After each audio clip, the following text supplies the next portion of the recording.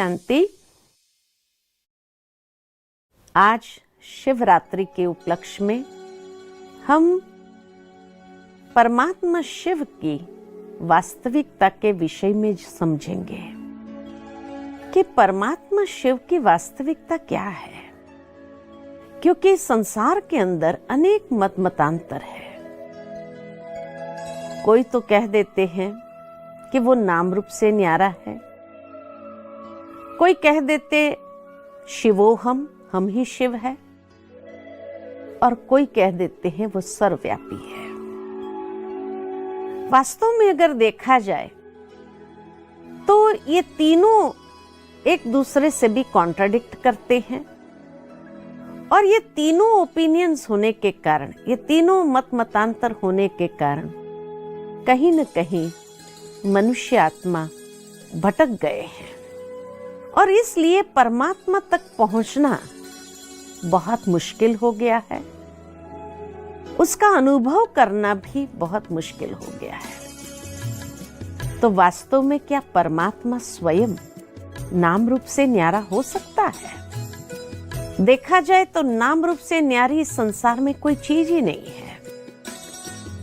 हवा जो दिखाई नहीं देती है, महसूस की जाती है, लेकिन उसका भी नाम है और एक स्वरूप भी है। क्योंकि अगर एक चित्रकार को चित्र निकालना है तो वो बहुत सुंदर से तूफानी हवा या चक्रवात का चित्र निकाल करके दिखा सकता है कि चित्र को देखकर कोई भी इंसान कहेगा कि बड़ी तेज हवा चलती हुई दिखाई है, या शांत प्रकृति दिखानी है कि जैसे हवा चल ही नहीं रही है, इतनी शांत प्रकृति है, वो भी दिखा देते हैं। तो जो हवा का नाम रूप नहीं है उसका भी एक स्वरूप दे देते हैं, उसका भी एक नाम दे देते हैं। तो परमात्मा स्वयं नाम रूप से न्यारा कैसे हो सकता है? हाँ, ये जरूर कह सकते हैं कि उसकी आकृति मनुष्य सदृश नहीं है। गीता में भगवान ने स्वयं कहा कि हे अर्जुन, मैं इन चरम चक्षु से देखा नहीं जा सकता, मैं मनुष्य सदृश नहीं हूं, लेकिन उसका अपना स्वरूप तो होगा। अगर वो परमात्मा है तो वो परमात्मा का दिव्य स्वरूप कौन सा है? तो वो परमात्मा का दिव्य स्वरूप जो अर्जुन ने साक्षात्कार में देखा, हजारों सूर्य से तेजोमय स्वरूप, अर्थात जो अनंत प्रकाशमान है, दिव्य तेजोमय स्वरूप है। नाम भी है सदा शिव, यानी जो सदा कल्याण करने वाले हैं। तो नाम सदा शिव और स्वरूप अनंत प्रकाशमान दिव्य तेजोमय स्वरूप। अब ऐसे परमात्मा शिव जो अनंत प्रकाशमान है, तो मनुष्य आत्मा ये कैसे कह सकते हैं कि शिवोहम, हम ही परमात्मा है? हम उस परमात्मा की संतान अवश्य है, लेकिन हम परमात्मा तो नहीं हो सकते ना। जिस तरह एक पिता और एक पुत्र, पुत्र पिता का अंश जरूर कहा जाएगा, लेकिन उसका मतलब ये तो नहीं कि पुत्र ही पिता बन जाए। वो दूसरे का पिता जरूर हो सकता है, लेकिन स्वयं का पिता तो नहीं बन सकता है।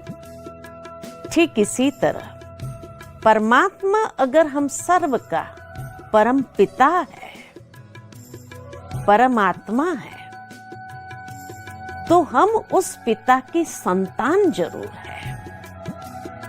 इसीलिए मनुष्य ने गाया त्वमेव माताश्च पिता त्वमेव, या ये कहते तुम मात पिता हम बालक थे।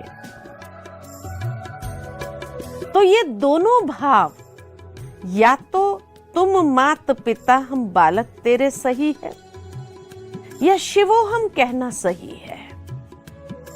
तो मनुष्य को ये समझना जरूरी है कि जब हम गाते हैं त्वमेव माताश्च पिता, या तुम मात पिता, माना वो हमारे मात पिता है और हम उस मात पिता से भिन्न उसकी संतान है।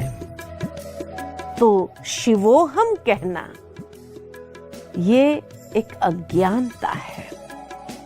मनुष्य जीवन में जब ऐसी अज्ञानता छा जाती है तब वो ये गलती कर बैठता है कि स्वयं को ही परमात्मा समझने लगता है। वास्तव में परमात्मा परम शक्ति सर्वशक्तिमान है और हम मनुष्य आत्माएं उसकी संतान है। हाँ, रूप एक जैसा जरूर है। जिस तरह मनुष्य का पिता मनुष्य है, पशु का पिता पशु है, पक्षी का पिता पक्षी है, तो आत्मा का पिता भी परमात्मा। अगर परमात्मा अनंत प्रकाशमान है, दिव्य ज्योति स्वरूप है, तो आत्मा का स्वरूप भी प्रकाश पुंज है, ज्योति पुंज है। इसीलिए तो जब आत्मा एक शरीर से निकलती है तो कहेंगे कि the light of the life has gone. जो इस जीवन का प्रकाश था वो चला गया। तो आत्मा का स्वरूप भी प्रकाशमान है, लेकिन परमात्मा परम प्रकाश है, अर्थात वो अपने गुणों में शक्तियों में सर्वश्रेष्ठ है।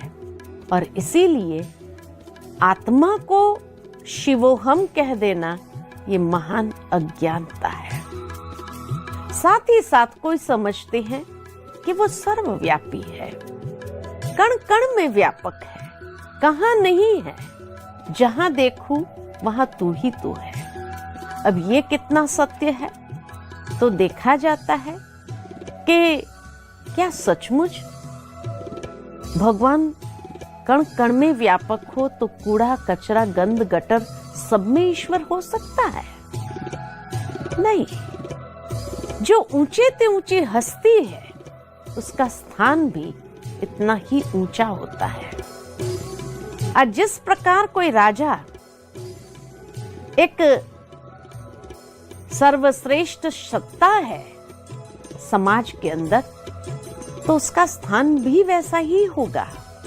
ठीक इसी तरह परमात्मा अगर सर्वश्रेष्ठ शक्ति है तो वो कण कण में कैसे हो सकता है? तब मनुष्य क्या कहते कि नहीं, फिर हर एक इंसान के अंदर वो मौजूद है, हर एक प्राणी में है, कण कण में नहीं। हर एक प्राणी के अंदर भी अगर परमात्मा विराजमान हो तो आज मनुष्य आत्मा इतना लड़ाई झगड़ा कर रहा है, इतना बुरी वृत्तियों का शिकार हो रहा है, तो क्या परमात्मा जो उसके बाजू में बैठा है वो उसको कंट्रोल नहीं कर सकता है? क्या सचमुच परमात्मा उसके बाजू में बैठ करके जो वो गलत काम कर रहा है वो देख रहा है? आज घर में अगर माँ बाप हो और बच्चे कोई गलत काम कर रहे हो तो माँ बाप देखते रहेंगे या उसको रोकेंगे टोकेंगे? अवश्य रोकेंगे भी और टोकेंगे भी, और उसको ये कार्य करने नहीं देंगे, ऐसी प्रेरणा कभी नहीं देंगे। ठीक इसी तरह परमात्मा अगर हमारे माता पिता है और अगर वो सर्वव्यापी हमारे बाजू में बैठा है और मनुष्य इतने बुरे काम किए जा रहा है एक के बाद एक, और परमात्मा उसको रोके ही नहीं, तो क्या वो इतना असमर्थ है, शक्तिहीन है, जो कुछ कह नहीं सकता या आत्मा को रोक नहीं सकता है? सर्वशक्तिमान है तो नेचुरल है कि अगर बाजू में बैठा होगा तो रोकेगा ना, लेकिन नहीं है तभी तो मनुष्य इतना गलत काम कर रहा है। जिस तरह बच्चा अगर बाहर निकल जाए और माता पिता को मालूम ही नहीं कि वो क्या कर रहा है, ड्रग्स ले रहा है, बुरी संगत में है, बुरे काम कर रहा है, माँ बाप को पता ही नहीं चलता है, और जब पता चलता है तो कितना शॉकिंग होता है। ठीक इसी तरह परमात्मा हमारे बाजू में बैठा हो और हमको रोके नहीं, ऐसा तो हो नहीं सकता है। लेकिन आज मनुष्य जरूर है माया की संगत में आ गया है, बुराई के प्रभाव में आ गया है। तमो प्रधानता या तामसिकता के प्रभाव में आने के कारण ही वो बुरे कर्म करने लगा है। इसीलिए परमात्मा उसको कैसे रोकेंगे। साथ ही साथ परमात्मा ने मनुष्य आत्मा को सर्वश्रेष्ठ बुद्धि दी है, सही क्या है गलत क्या है उसको समझने की, और इसीलिए उसको स्वतंत्रता भी दी है और कर्म का सिद्धांत भी समझाया है। जो करेगा सो पाएगा, जैसा करेगा वैसा पाएगा, जितना करेगा उतना पाएगा। तो कर्म सिद्धांत समझाया है, बुद्धि दी है जो परख सकती है सही क्या है गलत क्या है, और उसके बाद भी अगर वो कर्म करता है तो उसके लिए वो स्वयं ही रिस्पॉन्सिबल हो जाता है। परमात्मा उसके लिए रिस्पॉन्सिबल नहीं है। साथ ही जब भगवान ने गीता के अंदर ये वायदा दिया, यदा यदा ही धर्मस्य, अर्थात जब अधर्म का समय होता है तब मैं इस संसार में आता हूं, तो जरूर आता होगा ना, तभी तो अधर्म फैला। अगर वो यही हो तो इतना अधर्म कैसे? अगर वो यही हो तो उसके होते इतना अधर्म हो ही नहीं सकता है। परमात्मा नहीं है तभी इतना अधर्म फैला, और तब वो अधर्म के समय पर आकर अधर्म का नाश और सत्य धर्म की पुनः स्थापना करते हैं। साथ ही साथ जब भी कोई मनुष्य किसी को कोई बात पूछते हैं और उसको मालूम नहीं होती है तो क्या कहते हैं, ऊपर वाला जाने, छोड़ो ना, ऊपर वाला जाने। गलती से भी कभी ये नहीं कहा नीचे वाला जाने, ये नीचे जो सब में विराजमान है वो जाने, ऊपर वाला जाने। तो ऊपर कहाँ रहते हैं?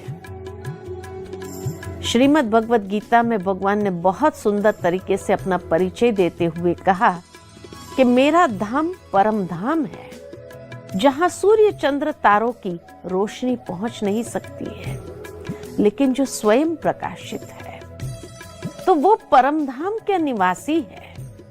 और जब घोर अधर्म का समय होता है तब परमात्मा इस संसार में अवतरित होते हैं। साथ ही साथ जब ये भावना अगर समाज के अंदर आई है तो उसके पीछे भी कोई भाव जरूर होगा। सर्वव्यापकता अर्थात ये एक भावनात्मक सत्य है। जैसे कोई अति प्रिय व्यक्ति होता है तो प्रियतमा अपने प्रिय से यही कहेगी, आप तो हमारे दिल में रहते हैं। ये एक भाव है, अर्थात कि सचमुच में कोई वो व्यक्ति उसके दिल में नहीं बैठा है, लेकिन उसकी भावना में कि हर समय मेरे साथ है, एक फीलिंग है, फैक्ट नहीं है। तो इसीलिए ये बात बहुत स्पष्ट हम अच्छी तरह से समझे कि ईश्वर सर्वव्यापी कहना ये एक भावना है। अगर इस भाव को लेकर चलेंगे तो हमेशा बुरे कर्म से बचे रहेंगे और परमात्मा के साथ का निरंतर अनुभव करेंगे।